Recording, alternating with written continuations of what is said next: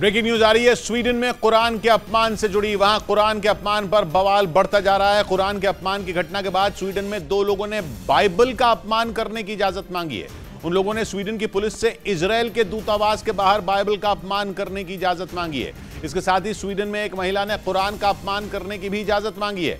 फिर से इससे पहले स्वीडन की राजधानी स्टॉकहोम में बकरीद पर एक शख्स ने वहां की मस्जिद के बाहर कुरान का अपमान किया था, जिसके बाद कई मुस्लिम देशों का गुस्सा भड़क गया था और उन्होंने स्वीडन को चेतावनी भी दी थी। और अब इजरायल के मीडिया ने दावा किया कि स्वीडन के दो लोगों ने बाइबल का अपमान करने की इजाजत मांगी है, जिस पर इजरायल भड़क गया, क्योंकि इससे पहले स्वीडन में एक शख्स ने कुरान का अपमान किया, जिसकी इजाजत वहां की एक अदालत ने उसे दी थी। जिसके बाद कई मुस्लिम देश स्वीडन पर भड़क गए। इजरायल की मीडिया के मुताबिक स्वीडन की राजधानी स्टॉकहोम की पुलिस से वहां के दो लोगों ने बाइबल का अपमान करने की इजाजत मांगी और इसी तरह वहां की एक और महिला ने कुरान के अपमान की इजाजत मांग ली। इजरायल की मीडिया ने दावा किया कि अभी तक स्वीडन की पुलिस ने उनके दावों को खारिज नहीं किया है, जबकि इससे पहले एक आदमी ने कोर्ट की इजाजत मिलने के बाद एक मस्जिद के सामने कुरान का अपमान किया था और अब दो लोग इजरायल के दूतावास के सामने बाइबल के साथ भी ऐसा ही करने की मांग कर रहे हैं। हालांकि ये खबर सामने आने के बाद इजरायल बुरी तरह भड़क गया और उसने स्वीडन को बकरीद के मौके पर कुरान के अपमान की घटना के बाद हुए बवाल से सीख लेने की नसीहत दे दी। ब्रेकिंग न्यूज आ रही है। स्वीडन में कुरान के अपमान से जुड़ी, वहां कुरान के अपमान पर बवाल बढ़ता जा रहा है। कुरान के अपमान की घटना के बाद स्वीडन में दो लोगों ने बाइबल का अपमान करने की इजाजत मांगी है। उन लोगों ने स्वीडन की पुलिस से इजरायल के दूतावास के बाहर बाइबल का अपमान करने की इजाजत मांगी है। इसके साथ ही स्वीडन में एक महिला ने कुरान का अपमान करने की भी इजाजत मांगी है।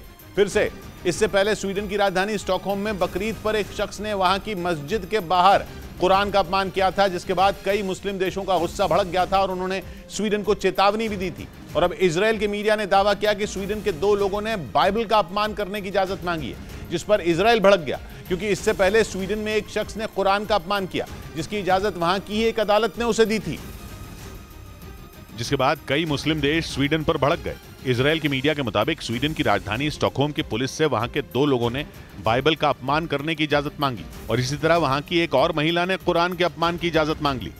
इजरायल की मीडिया ने दावा किया कि अभी तक स्वीडन की पुलिस ने उनके दावों को खारिज नहीं किया है, जबकि इससे पहले एक आदमी ने कोर्ट की इजाजत मिलने के बाद एक मस्जिद के सामने कुरान का अपमान किया था और अब दो लोग इजरायल के दूतावास के सामने बाइबल के साथ भी ऐसा ही करने की मांग कर रहे हैं। हालांकि ये खबर सामने आने के बाद इजरायल बुरी तरह भड़क गया और उसने स्वीडन को बकरीद के मौके पर कुरान के अपमान की घटना के बाद हुए बवाल से सीख लेने की नसीहत दे दी। ब्रेकिंग न्यूज आ रही है। स्वीडन में कुरान के अपमान से जुड़ी, वहां कुरान के अपमान पर बवाल बढ़ता जा रहा है। कुरान के अपमान की घटना के बाद स्वीडन में दो लोगों ने बाइबल का अपमान करने की इजाजत मांगी है। उन लोगों ने स्वीडन की पुलिस से इजरायल के दूतावास के बाहर बाइबल का अपमान करने की इजाजत मांगी है। इसके साथ ही स्वीडन में एक महिला ने कुरान का अपमान करने की भी इजाजत मांगी है।